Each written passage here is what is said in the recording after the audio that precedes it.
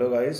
सो आज हम स्टार्ट करेंगे वैदिक साहित्य के बारे में और क्लास नंबर 2 है आज हमारी।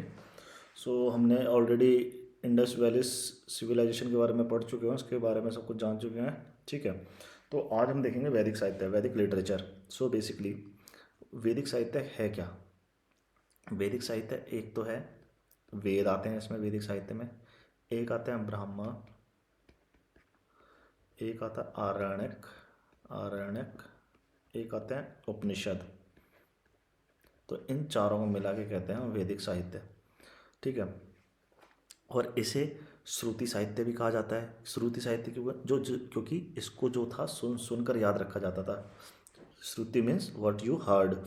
ठीक है, अब एक और चीज़ है जैसे कन्फ्यूजन आता है, एक वेदांग हो गया, ठीक है, एक स्मृति, एक पुराण, रामायण और महाभारत। इस पूछा जाता है इनको क्या, इनको भी बोलते हैं वैदिक साहित्य में आते हैं? तो ये वैदिक साहित्य में नहीं आते। ठीक है, अब हम स्टार्ट करते हैं। सबसे पहले ये वेद के बारे में, इनके बारे में पढ़ेंगे, लेकिन वैदिक साहित्य के बारे में पढ़ेंगे। सबसे पहले आता है वेद। ठीक है, अब वेद का शाब्दिक अर्थ होता है ज्ञान। शाब्दिक अर्थ होता है ज्ञान।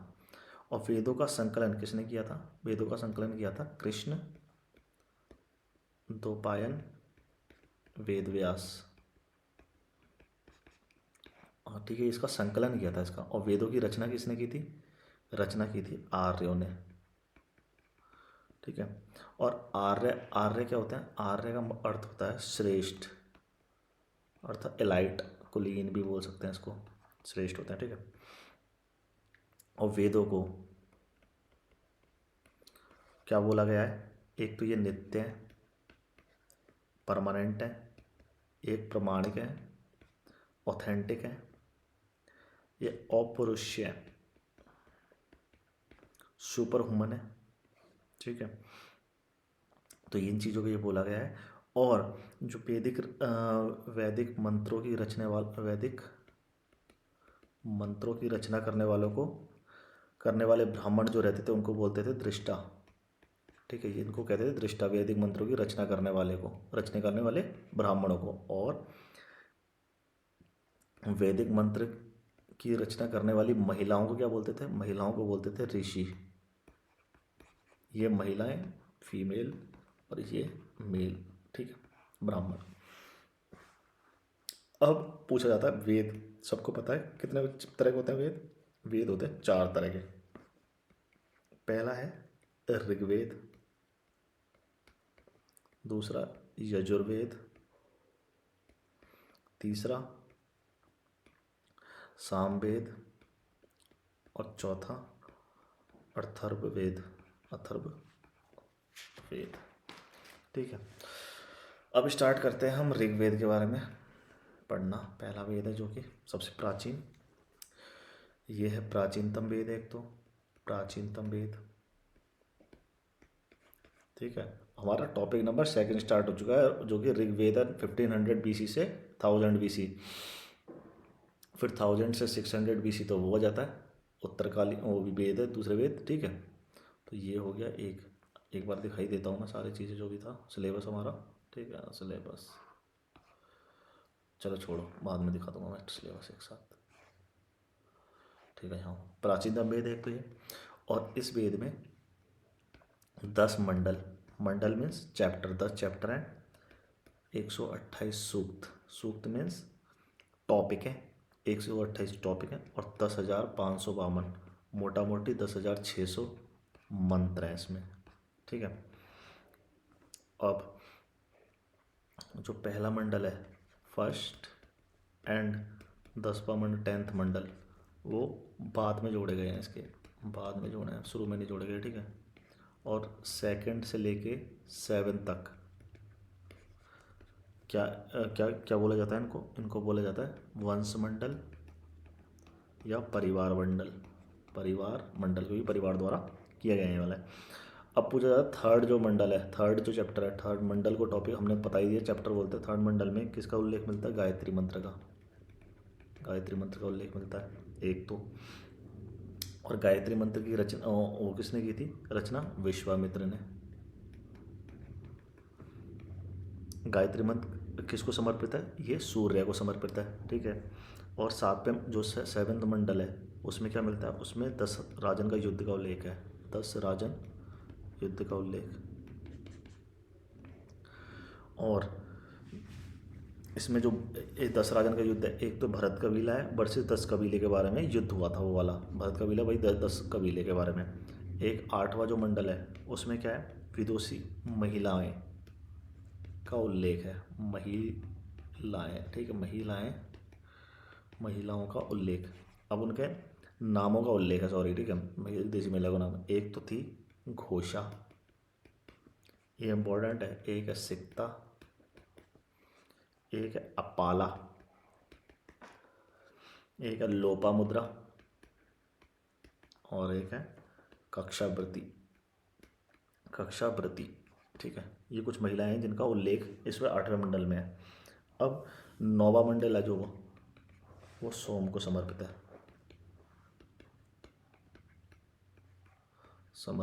ठीक है, सोम को समर्पित है। और सोमरस का निवास, ठीक है, सोमरस का निवास मंजुवत पर्वत, ठीक है, मंजुवत पर्वत में है, मंजुवत पर्वत, ठीक है। और जो ऋग्वेद में पुरुष सूक्त में 4 वर्णों का उल्लेख है, जो कि ये 10वें मंडल में इसके बारे में बताया गया है। और 4 वर्ण कौन कौन से हैं? ब्राह्मण, क्षत्रिय, वैश्य, शूद्र, 4 वर्णों का उल्लेख है। अब ऋग्वेद के जो 10वें मंडल में उसमें नासदीय सूक्त के निर्गुण भक्ति का भी उल्लेख मिलता है। और जो ऋग्वेद है, ठीक है। अब एक और चीज़ है, जो सेकंड मंडल है, सेकंड और 10th, ये तो है सबसे छोटा चैप्टर है, सबसे छोटा, और ये है सबसे बड़ा। अब ये पूछा जाता है, जो ऋग्वेद है, ऋग्वेद के मंत्रों का उच्चारण करने वाले को कहते थे होर्तु, ठीक है। और प्रत्येक जो वेद है उसका एक उपवेद होता है, ठीक है। और जो ऋग्वेद का उपवेद है आयुर्वेद, ठीक है, आयुर्वेद जो कि इसका उपवेद है, अब हम सेकंड वेद के बारे में पढ़ेंगे, जो कि है यजुर्वेद।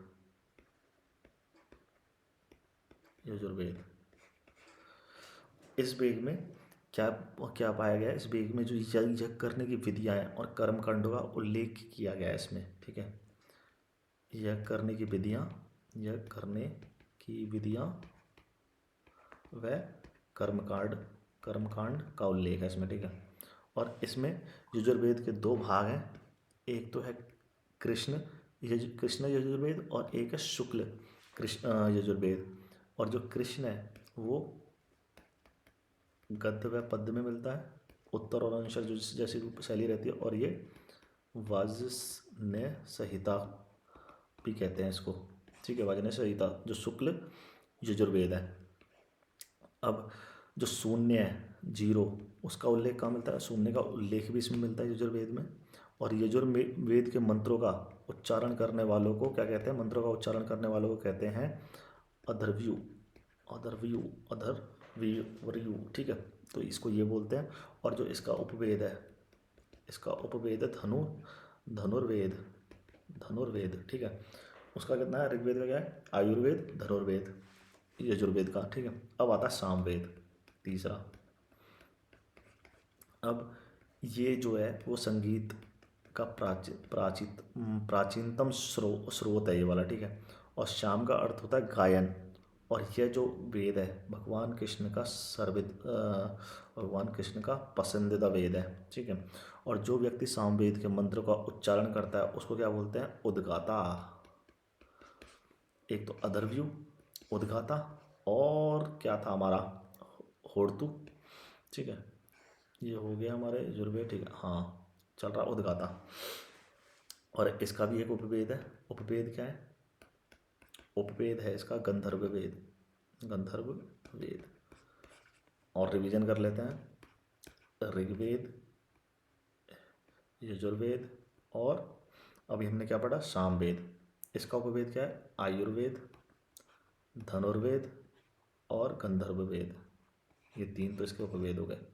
इसके उच्चारण करने वाले को बोलते हैं होर्तु, और इसके उच्चारण वाले को बोलते हैं अथर्वयु, ठीक है। और इसके उच्चारण करने वाले को बोलते हैं उद्गाता, जो इसके मंत्रों को उच्चारण करता है। अब आता चौथा, अथर्ववेद। अथर्ववेद, अथर्ववेद में क्या है, इसका अन्य नाम भी है कुछ, मतलब जैसे कि एक है अथर्व गिरसवेद, भेषजास्य वेद, चिकित्सा और माहीवेद भी बोलते हैं इसको, ठीक है, कुछ ऐसी चीज़ें। और ये एक मेटलिस्टिक वेद है, भौतिकवादी वेद है ये वाला। और इसमें क्या है, काला जादू टोना, काला जादू टोना, तंत्र मंत्र का उल्लेख किया गया है इसमें। और इसमें चिकित्सा जो पद्धतियाँ हैं और औषधि के बारे में उल्लेख मिलता है इसमें। और इसमें और तो कुछ नहीं। और जो इसके उच्चारण करता है, उसका उच्चारण करने वाले को बोलते हैं ब्रह्मा। और इसका जो उपवेद है उसका नाम है शिल्पवेद, ठीक है। अब हमने क्या क्या पढ़ा है वो एक बार समराइज कर लेते हैं। एक होता है ऋग्वेद, एक है यजुर्वेद, एक है सामवेद, एक है अर्थकवेद। जो ये है, ये तो जो मंत्र हैं देवी देवताओं को खुश करते हैं, इसमें जो उल्लेख किया गया है, इसमें यज्ञ की विधियाँ, कर्मकांड का उल्लेख किया गया है, ठीक है। इसमें मंत्र जो उच्चारण किस प्रकार करना है उसके बारे में लिखा गया है। और इसमें जादू टोना भौतिकवादी वेद है ये वाला। इसका उत्तर जल्दी बताओ। इसका उपवेद आयुर्वेद, इसका उपवेद धनुर्वेद, इसका उपवेद अभी तो पढ़ा है क्या है इसका, और इसका शिल्पवेद, और इसका है गंधर्व वेद, ठीक है, गंधर्व वेद जी, ADGS। ट्रिक तो ज़्यादा करनी नहीं चाहिए, बहुत चीज़ आएंगी। अब पूछा जाए क्वेश्चन, एक क्वेश्चन आया है, वेद त्रयी क्या है, व्हाट इज वेद त्रयी। तो वेद त्रयी क्या है, यदि ऋग्वेद यजुर्वेद प्लस सामवेद को जोड़ के मिला के तीनों को किया जाए तो इसको बोलते हैं वेद त्रयी। शुरू के अथर्ववेद तो छोड़ दिया जाता है, वेद त्रयी, ठीक है, वेद त्रयी। अब हम पढ़ते हैं ब्राह्मण के बारे में। ब्राह्मण साहित्य, ब्राह्मण साहित्य, वेद साहित्य पढ़ लिया हमने, ब्राह्मण साहित्य के बारे में पढ़ते हैं। और वेद साहित्य मतलब उस क्या क्या चीज़ें हमने क्या क्या देखना है, ठीक है, एक बार मोटा मोटी कर लेते हैं। लेट मी चेक, ठीक है। हाँ, मैं ये तो मैंने ऋग्वेद है, अब ये था, ठीक है, यहाँ पे। अब हम ये ख़त्म, वेद वैदिक साहित्य में वेद पढ़ लिया, ब्राह्मण पढ़ रहे हैं, ठीक है, ये वाला बस इतना दिखाना था। अब हम स्टार्ट करते हैं ब्राह्मण साहित्य। तो ब्राह्मण साहित्य में क्या है, इसमें एक तो ब्राह्मण है, ठीक है। ब्राह्मण साहित्य में 4 वेद आ जाते हैं, ऋग, यजुर्वेद, सामवेद, अर्थकवेद। ये चारों वेदों के इसके 2 पार्ट आते हैं, एक तो ऐतरेय ब्राह्मण, एक है कौशिकी ब्राह्मण। इसमें 2 होते हैं, कृष्ण और शुक्ल। कृष्ण का एक है तैतरण्य साहित्य ब्राह्मण, सॉरी, और शुक्ल का है शतपथ ब्राह्मण। अब सामवेद, इसके हैं पंचविश, षड्विश और जैमिनी, इसके 3 वो पार्ट हैं। और इसके जो अर्थक वेद है इसका है गोपथ ब्राह्मण। तो ये कुछ ऐसी चीज़ें हैं इसके बारे में पूछा जाता है, बस बहुत कुछ और तो इसके बारे में वो है नहीं ज़्यादा, ठीक है। अब तीसरा हम पढ़ेंगे आरण्यक साहित्य। आरण्यक साहित्य की हम जानकारी नहीं देंगे, बस इनके बारे में जानेंगे कि जो टेक्स्ट है वो कंपोस्ट किए गए हैं वनों में, तो उसको आरण्यक साहित्य के बारे में बोला गया है, ठीक है। और चौथा हम देखेंगे उपनिषद साहित्य। अब उपनिषद का शाब्दिक अर्थ होता है गुरु के पास बैठना, गुरु के समीप बैठना या पास निष्ठापूर्वक बैठना, निष्ठापूर्वक बैठना। आमतौर पर इसे वेदांत भी कहा जाता है, ठीक है। उपनिषद को वेदांत, वेद प्लस अंत, वेद का अंत, वैदिक साहित्य का अंत क्या है, वेद प्लस अंत, वेद का जो अंत है उसको बोलते हैं उपनिषद, क्योंकि ये वैदिक का साहित्य का अंतिम भाग है और ये एक तरह से गद्य व पद्य में वो है, ठीक है, लिखा गया है। और इस जो इसके वो है जो एक टोटल 108 है, ठीक है। अब पूछा जाता है कुछ महत्वपूर्ण उपनिषद है उसके बारे में पूछा जाता है, कुछ महत्वपूर्ण उपनिषद, कुछ महत्वपूर्ण उपनिषद। पहला महत्वपूर्ण उपनिषद आता है कंठ उपनिषद, कंठ उपनिषद या कंठोपनिषद निषद, ठीक है, कंठोपनिषद या कंठोपनिषद। इसमें क्या है, इसमें यम व नचिकेता का वार्तालाप है, स्टोरी। और इस जो उपनिषद में इसमें अनुष्ठानों की आलोचना की गई है। दूसरा जावाल उपनिषद, इसमें क्या है, इसमें 4 आश्रम के बारे में बताया है। 4 आश्रम कौन कौन से, एक तो ब्रह्मचार्य आश्रम, एक गृहस्थ आश्रम, एक है वानप्रस्थ आश्रम और एक होता है संन्यास। ये तो हमको अपनाना चाहिए 0 से 25 वर्ष की उम्र में, ये बचाना चाहिए 25 से 50 की उम्र में, और ये ठीक है 26 से मान लीजिए 26 और 51 से लेके 75 और 76 से लेके 100 के बीच में ये 4 आश्रम, ब्रह्मचार्य आश्रम, गृहस्थ आश्रम, वानप्रस्थ आश्रम, सन्यासी आश्रम, ये 4 आश्रम के बारे में बताया गया है इसमें जावाल में। एक आता है छंदोग्य उपनिषद। इसमें क्या है, इस उपनिषद में पहली बार जो श्री कृष्ण है उनका उल्लेख मिलता है इसमें, भगवान का। और भगवान जो कृष्ण है उसको देवकी का पुत्र व गुरु अंगिरस का शिष्य के रूप में वर्णित किया गया है और कृष्ण विष्णु वंश के हैं। इसके बारे में कृष्ण के बारे में, भगवान के बारे में मिलता है इसमें छंदोग्य उपनिषद में। और बृहदारण्यक उपनिषद, उपनिषद, ठीक है। तो यह सबसे बड़ा उपनिषद है, सबसे बड़ा। और इसमें क्या उल्लेख है, इसमें है गार्गी व याज्ञ का उल्लेख है इसमें, जो कि एक डिबेट में पार्टिसिपेट करते हैं दोनों। राजा जनक का दरबार लगा होता है, उसमें दोनों डिबेट करते हैं और एक बहस चल रही होती है आत्मा की, मतलब आत्मा है कि नहीं है। तो गार्गी उसके ऊपर डिबेट करती है, तो वो इतना ज़्यादा वो गुस्सा हो जाता है, याज्ञवल्क्य कहता है चुप हो जा गार्गी वरना मैं तेरा सर फोड़ दूंगा। ये वाला बृहदारण्यक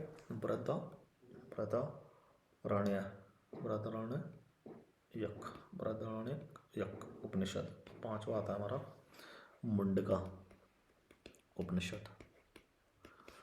इसमें सत्यमेव जयते तो बहुत बार क्वेश्चन पूछा, सत्यमेव जयते का उल्लेख इसी में है और इसका अर्थ होता है सत्य की ही जीत होती है।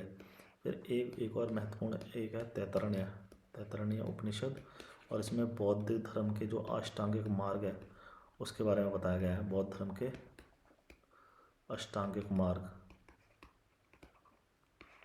और एक क्वेश्चन आया था RAS 2018 में आया था आई थिंक मेंस में, प्रस्थान त्रयी क्या है, व्हाट इज प्रस्थान त्रयी। और इसमें हमको लिखना था उपनिषद प्लस भगवत गीता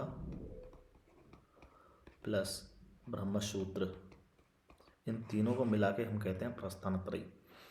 सो आज हम इतना ही पढ़ेंगे, बाकी पढ़ेंगे नेक्स्ट क्लास में, जो कि वेदांग वगैरह देखेंगे। आज हमने वैदिक साहित्य पूरा कर लिया है और वेदांग के बारे में नेक्स्ट क्लास में पढ़ेंगे। तब तक के लिए थैंक यू।